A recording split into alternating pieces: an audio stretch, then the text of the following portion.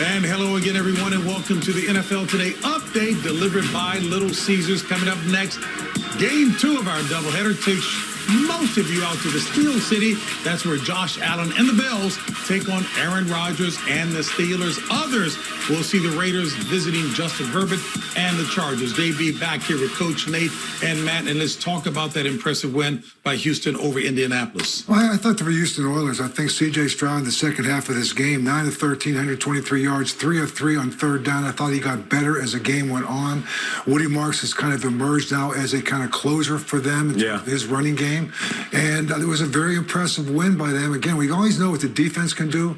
And for the Indianapolis Colts, they've lost 3 of their last 4 games. And right now, if Jacksonville holds up this lead, which looks like they will do, they now will take the lead in the AFC South. Yeah, big credit to the Houston Texans and what they did on offense and defense. Before I even talk about Indy, I want to make sure that I give them some love. But on the flip side, when you look at Daniel Jones, he gutted out his performance out there. Yeah, he did. You can tell that he was bothered. I mean, he only had 1 rush for 1 yard, and I think that was just by him leaning forward after having the ball in his hands and getting hit. The reason I bring that up is because even though that's not something we look forward to out of Daniel Jones' game on a weekly basis, it is part of his package that makes him an ultimate threat. And when he can't negotiate the pocket or run or lead to try to get a first down when all else fails in the passing game, this offense really does struggle to have some identity. Because if you're shutting down JT and they're not as impactful in the passing game, even though they threw it well, it's tough when he can't move around the pocket. Well, I think particularly versus that defense, too, and the style of play that the Texans had. You saw the game plan was clear. They were going to, collapse the center of the pocket. And you look at it right here.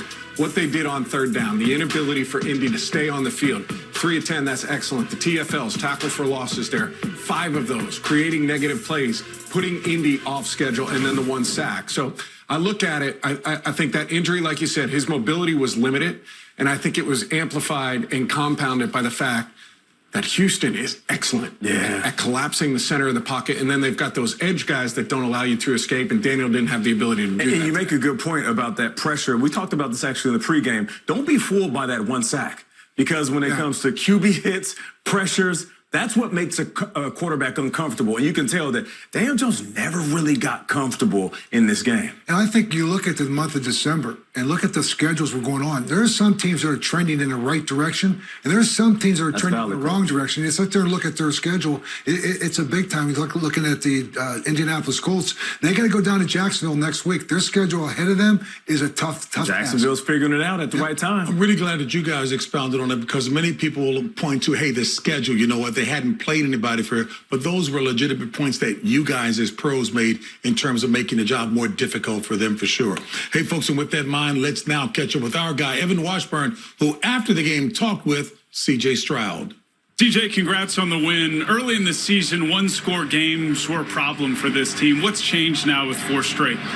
You cut yourself a couple times. You started to heal, and you started to learn how not to cut yourself anymore. So I thought, we did a great job, man. All glory goes to God. And I'm just grateful for this team, for, our offense and our defense, our special teams playing together. So, man, it's a big-time win for us. We're going to keep it rolling. You were on the sideline for basically a month. What was it like being back out on the field in this type of environment? Yeah, I was a little rusty, at first, that early interception off of a turnover, got to clean that up. But other than that, I felt like I distributed the ball well, was accurate, put our guys in position. But it's not me without our protection, our ability to run the ball, and our receivers running routes and tight ends. So, it's a collective group. And, I think I've knocked off some rust and be back rolling.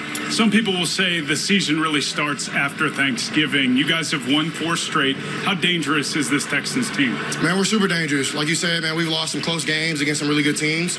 And, if we find a way to win some close games going past Thanksgiving, we'll be able to put ourselves in position, to do whatever we want. So, it's a great coach team, and we're going to see them again. But, it's a grind every week, and it's hard to win the league. But, if you can get it done, man, it's a blessing. Good to have you back, bud. Thank you, man. Good to see you. I think if you look at the schedules, I think the month of December, I always used to say the month of December, you either finish or you're finished. And I think, because I think that's the element of what you want to do, training into it. And look at the schedule ahead of them right now. Let's talk about the Houston Texans. Like when you look at their schedule, they are going into this thing in a very, very good mode. I mean, look at that. You got their schedule is this. They beat the Colts, and they got Kansas City, coming up, and then they got Arizona, win, Las Vegas. They're going to be favored in that against the Chargers. So, and Kansas City right now, they're reeling. Yeah. So you're looking at a situation right now. You're going into a team also, and then you look at the Indianapolis Colts.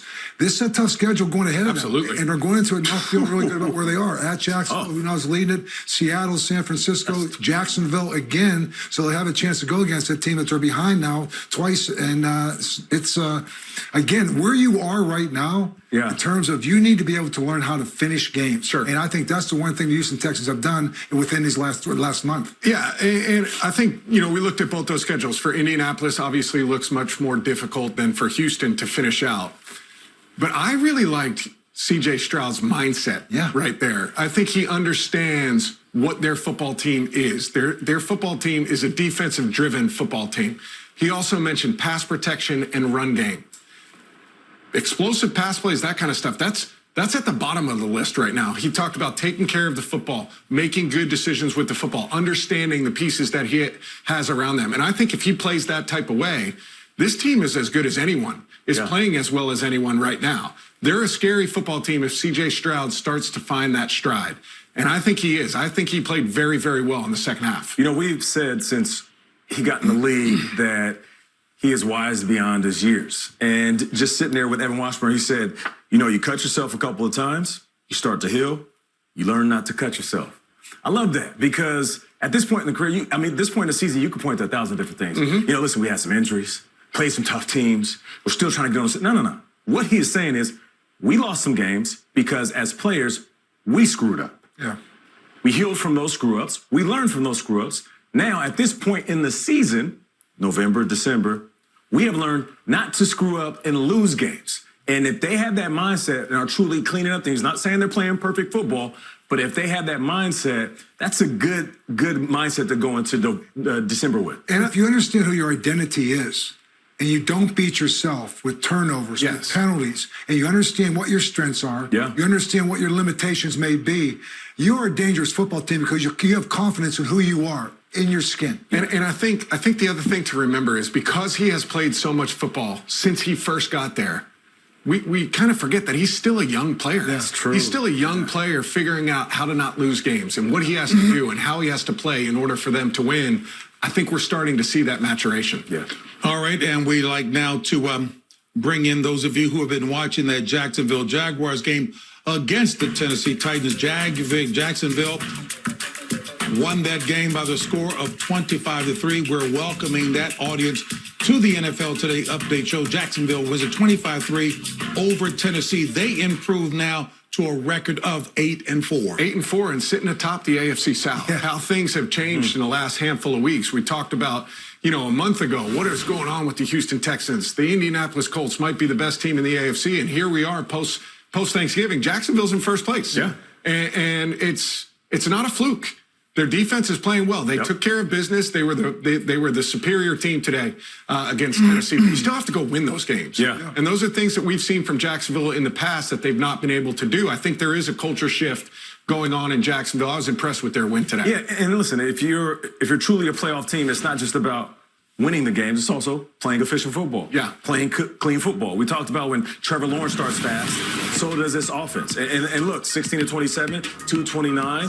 You got 2 TDs right there. And of course, Jacoby Myers, who they acquired, 6 receptions. He caught every ball that was thrown to him, and he also had a TD. Listen, I can care less that it was up against the Titans. I'm more concerned about their quarterback playing well, them getting the victory, and then moving forward with confidence. And Nate, just a few moments ago, it was our Aditi Kinkawala catching up with Trevor Lawrence. Trevor, you promised me this team was too mature to overlook anybody and that you'd set a new standard. What are you most proud of today? Just the way we came out to play. I think showed our maturity and just being able to come out and execute and take advantage of some great opportunities. Our defense played great. Offensively, had some big scores early and then just kind of controlled the game. But Honestly, a lot of stuff we need to clean up on offense. A lot of penalties, a lot of just getting behind the chains in the second half. So we would have loved to play better in the second half, but you come here to win the game. We won the game. Pretty happy about that. So a lot of stuff to clean up, but hey, we'll celebrate the win and keep moving. Okay, well, keep moving on to Indianapolis. You're both sitting at 8-4 right now. You currently have the division lead. As you look to that game, what's the biggest key this week? Yeah, obviously a good team in Indy that we're going to play, and obviously we're going to have a great week of preparation and just do what we do every week: prepare, put a great plan together, and be ready to go. I know they're a great team. I'm sure they're going to, do some things really well that we're going to have to look at and have a plan for. But we're a good team too, so we just got to obviously have a great week of preparation and get ready to roll. How about just the feeling of being in this position in December right now? Feels good. That's why you play. You put a lot of work in the off season, training camp. To be in this position, to be able to control your own destiny, and to play these big, meaningful games in November, December, January. So can't take any of them for granted. It took a lot of work to get here, and we still have a lot more work to do. Okay, Trevor, that's 7 in a row that you and I have won together.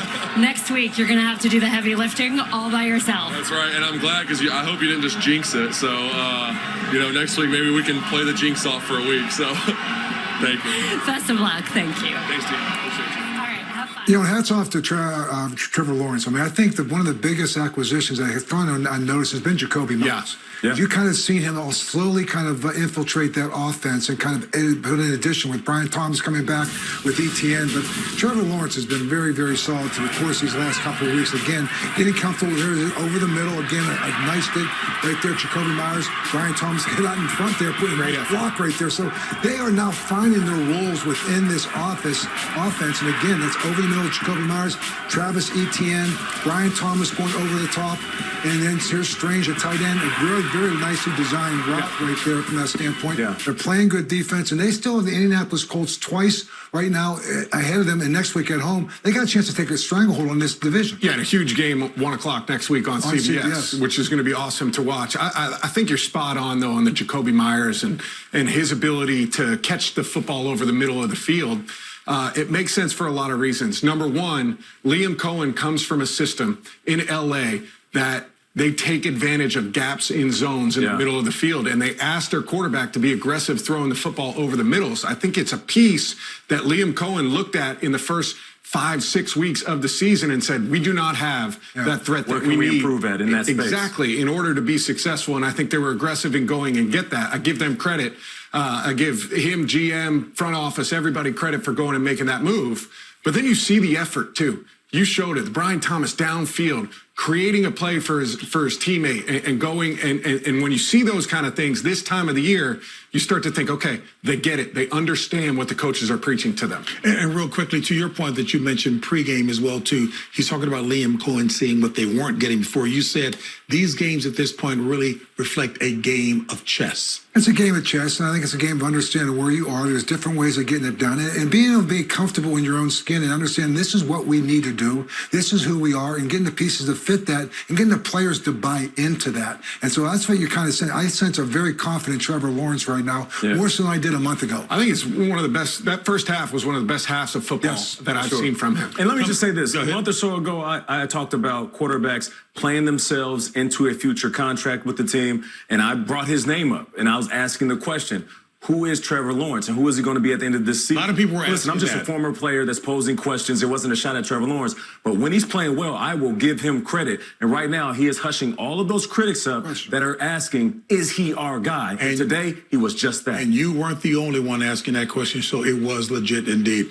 All right, folks, coming up, Game 2 of our doubleheader here today, Josh Allen and the Bills at the Steelers. Yeah, there's Josh Allen. They've lost 2 of their last 3. But Josh, he's 4-1 against Pittsburgh, so hoping to get that Bills offense back on track going against the Pittsburgh Steelers. And there's Aaron Rodgers, and you can see on that left wrist there is a brace. So he better brace for an attack. They're going to try to move him off his pivot, even though he wants to get the ball out of his hand quickly. You know, Josh Allen sacked 8 times last week. How you stop a rush? How about running game? That's James Cook, second leading rusher in the National Football League, 8 touchdowns. Also a threat coming out of the backfield as well.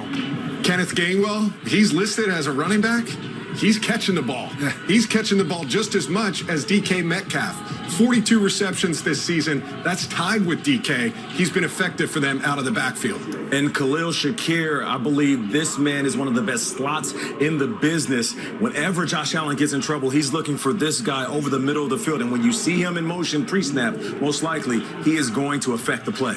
Buffalo, without both their starting tackles, backup tackles going against this guy, T.J. Watt, 7 sacks on the year. And right now, this guy can be a menace and a disruptive into the backfield.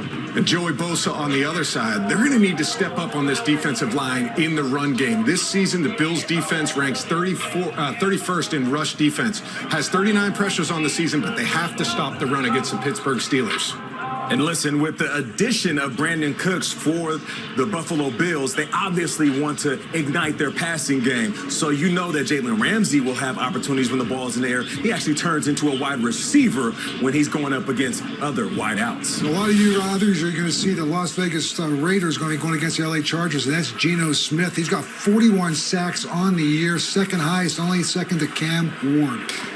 Justin Herbert and the Chargers coming off the bye, but the week before the bye, 35-6 loss to the Jacksonville Jaguars. They're looking to bounce back. Herbert 7-3 in his career against the Raiders. Herbert is very decisive with the ball in his hands, but if he holds on to it for too long, Max Crosby, yes, Mad Max, will be barreling down on him. He's not only athletic, but he has an engine that is second to none. And that is a hybrid player called Derwin James. He's been around the line of scrimmage. He's disruptive, and he can be a game changer. That guy is Mr. Production. Listen, this is going to be, we're talking about this Bills-Steelers game. It's going to be a good one because that Buffalo Bills offense, it's a little bit chaotic at times, especially when they can't get that running game going. But those breakdown plays that can turn into back-breaking plays for the opposing D, it's almost like some teams want the Bills to get into that mode because that's when mistakes happen. Desperation game. We've been saying that all weekend. But don't Lots be of desperate out there, though. Games. But you can't play desperate. You got to find a way to be patient, find a way to win. The table has been set. It is Buffalo at Pittsburgh coming up next.